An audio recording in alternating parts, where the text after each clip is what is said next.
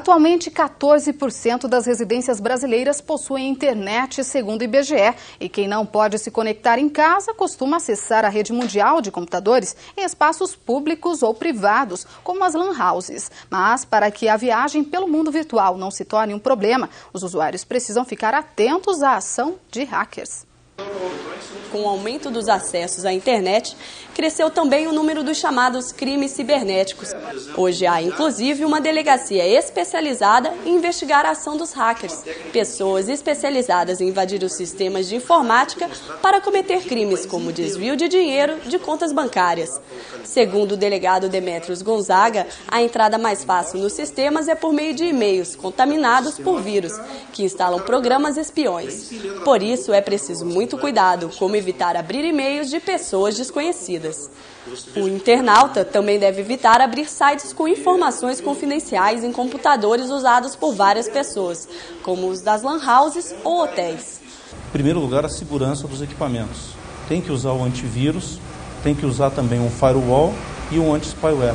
Sempre fazer essa varredura no equipamento para ver se não houve a instalação de algum software malicioso.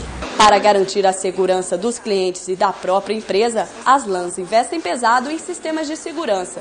Por exemplo, você cria uma pasta, baixa um arquivo, entra nos sites, com a sua senha, a hora que ela reinicia, ela volta à configuração original daí.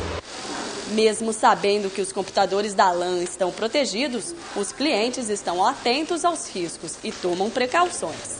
Eu procuro não abrir e-mails, scripts, nada que eu não conheço, assim, de pessoas que eu não conheço. Mas, às vezes, mesmo com todos os cuidados, as pessoas caem nas garras dos criminosos da rede. Foi o que aconteceu com a Aline Bandil, que teve a sua conta bancária invadida quando, ironicamente, cadastrava uma senha de segurança no próprio computador. O criminoso conseguiu sacar R$2.000 da conta dela. Eu fiz todos os passos que vão pedindo, né, conforme você vai cadastrando. Consultei só o saldo da minha conta, não fiz transferência nenhuma, nenhum tipo de transferência. E no outro dia eu recebi um e-mail dizendo que tinha sido cadastrada uma pessoa para fazer transferências no meu nome, na minha conta. Eu fui consultar, a conta estava bloqueada, que eu tinha que me dirigir ao banco. Quando eu fui no banco, eu vi que tinha sido feito 2 saques, 2 transferências, na verdade, né? Eletrônicas na minha conta. Depois do susto, ficou a lição: evitar sempre que possível fazer operações bancárias pela internet. A gente faz só quando realmente é necessário, a gente não pode ir ao banco, alguma coisa assim. Se eu puder ir na agência, eu prefiro do que utilizar a internet. E para falar mais sobre os crimes na internet, nosso convidado aqui no estúdio é o advogado especialista em direito de informática, Omar Kaminski. Boa tarde. Boa tarde. Neste caso, é recomendável mesmo evitar o uso da internet para transações bancárias? Eu acho que não, eu acho que isso é um pouco de exagero. Digamos que cada vez mais utilizamos a internet para todas as nossas atividades. Então, basta que tenhamos mais cuidado e com o auxílio de uma nova legislação que puna devidamente os criminosos, poderemos estar bem mais seguros. No caso do golpe que a entrevistada da reportagem acabou levando, a responsabilidade é de quem? Existe uma divisão entre as decisões do Superior Tribunal de Justiça. Algumas falam que a responsabilidade é do banco, com a aplicação do Código de Defesa do Consumidor. Outras falam que a responsabilidade é do usuário, que deve guardar bem suas senhas e se precaver, enfim, adotar todas as medidas de segurança.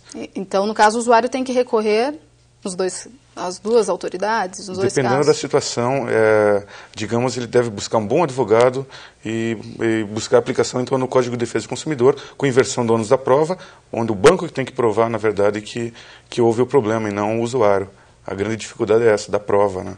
E como é que estão a questão dos projetos de lei para coibir os crimes virtuais? Certo. Nós temos um bastante importante, que na verdade não é apenas um, e sim 3, estão tramitando no Senado, e teremos uma discussão a respeito em São Paulo, já tivemos uma no próprio Senado, estou representando o Paraná e o Comitê Gestor na Internet nessas discussões. Entendemos que realmente é um projeto avançado, mas ele ainda está imaturo. Ele prevê algumas coisas muito boas e outras coisas que nos preocupam a médio prazo. Pode ser talvez uma solução muito rápida que traga mais problemas do que soluções a curto e médio prazo. Então isso tem que ser melhor discutido e estudado. Se comparado a situação, o cenário brasileiro com outros países, como é que nós estamos? Nós estamos precisando realmente de uma legislação penal nesse aspecto. A legislação civil é bastante apropriada já temos a punição de pirataria, já temos a punição de pornografia infantil, mas alguns crimes contra o acesso, como o acesso indevido, a difusão de vírus eletrônicos e outros ainda realmente pedem um melhor enquadramento penal. O que acaba dificultando até o trabalho da polícia, né? Sem sombra de dúvida. Eles podem até fazer o trabalho deles, levar isso até o juiz e o juiz ter dificuldades de enquadrar isso penalmente. Em relação ao número de crimes, às vezes as pessoas pensam, não, só nos Estados Unidos é que acontece em grande quantidade, no Brasil não. Não é bem assim. O Brasil também está num dos primeiros colocados no ranking. O Brasil é considerado um dos celeiros dos crackers, né, que seriam os hackers do mal, competindo já diretamente com a Rússia. Então a gente nota que existe uma tendência dos jovens brasileiros desenvolver esse tipo de atividade.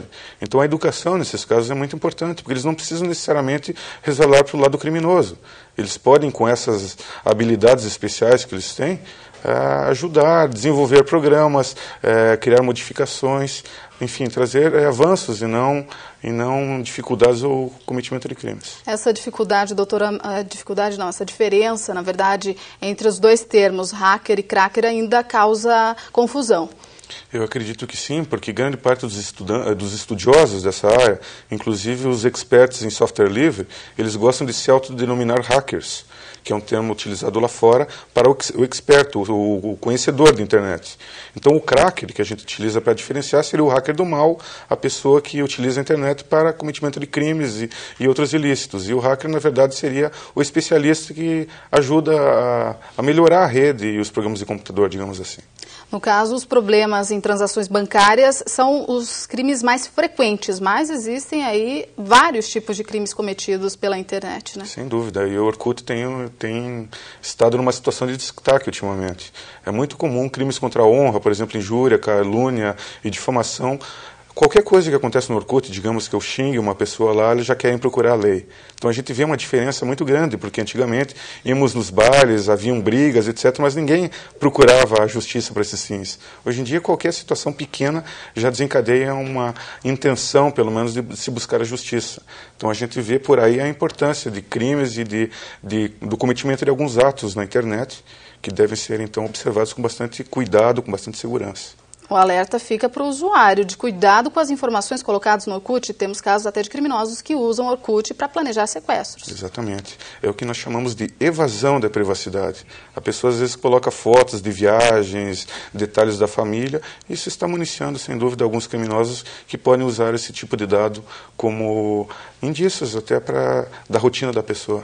Como os crimes que mexem no bolso são os que mais incomodam, aparentemente, qual seria a orientação para as pessoas que têm usam mais a internet para fazer transações bancárias? A orientação eu gostaria de coadunar com o que falou o delegado Dr. Demetrios. Realmente há necessidade de antivírus, de firewalls, a pessoa não pode clicar em arquivos desconhecidos, ela tem que tomar alguns cuidados, isso sem dúvida. E não podemos deixar realmente a internet de lado. Ela é um serviço de utilidade pública, como um dos projetos de lei está enquadrando, e cada vez mais vai fazer parte da nossa vida. Então é como dirigir um carro, como utilizar uma arma, no caso de um policial. Você tem que saber o que você tem na mão, não é só entrar e começar a digitar, né? Ela tem seus percalços também. Dr. Omar Kaminski, obrigada pela entrevista. Uma boa tarde. Boa tarde.